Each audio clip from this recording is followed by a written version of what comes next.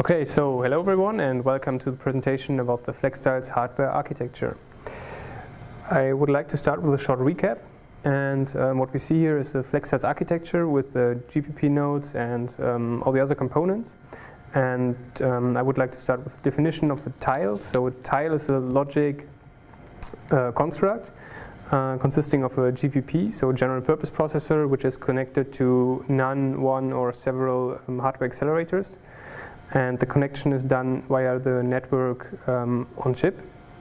On the border of the network on chip, we have the network interface, which provides a device transport layer protocol based interface to the devices. And in the case of the accelerators, we introduced an accelerator interface within the FlexTiles project, which will be explained later. Additionally to this, we have some other logic involved for the interface of the DDR memory and external I/O, and also some logic for the control of the reconfigurable area of the embedded FPGA.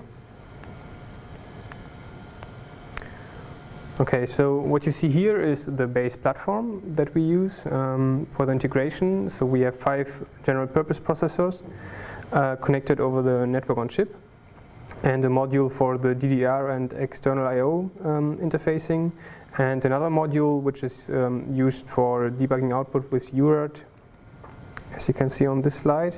So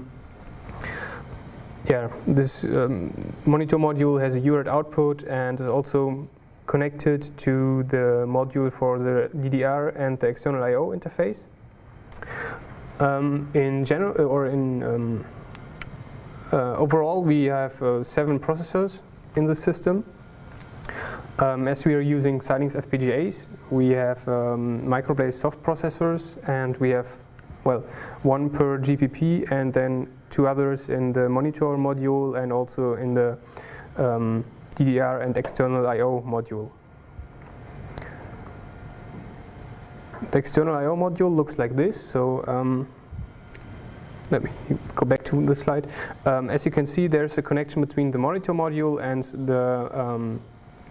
the communication module, and this is for the configuration. And this port you can see here on the DVI in and out module, which is connected to the multi-port memory controller, which has another port to the DDR memory and also to the processor local bus. And on the bottom you can see the Ethernet microblade, which is responsible for the Ethernet communication, and it's also connected to the programmer local bus. And as we are using the DTL protocol for the network interface, we need a protocol parser, which you can see in yellow. And we also utilize a bus multiplexer, which manages the access of the tiles to this I/O and DDR memory module.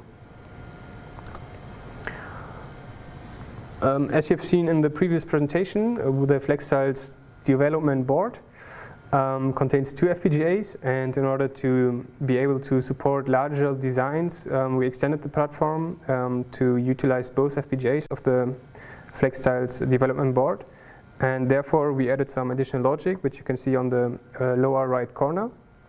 And in the next slide I'm going to talk about this logic.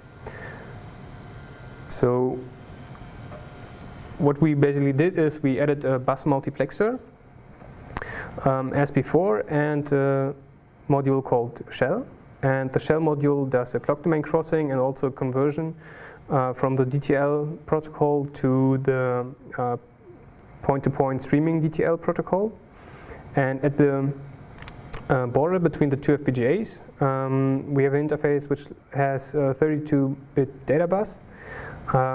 Alongside with the data, we transfer the clock signal as well as the last signal to indicate the last package of a burst, as well as 2 handshake signals.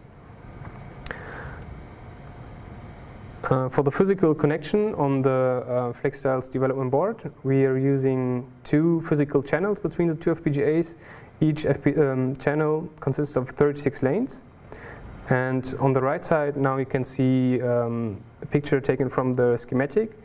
The 2 channels are colored in orange and green, and they are cross-connected, which means we can use the same pin constraints for both designs in order to be able to connect the two designs for the two FPGAs. So on the left side, you see two I/O banks of the first FPGA connected to the two I/O banks of the second FPGA on the right side. Yeah, as said, we have a 32-bit data bus and then one additional clock signal, the last signal, and the valid and the accept signals, which are 36 signals in total. So we use all the lanes of the two channels. Okay, now I'm going to talk about the accelerators.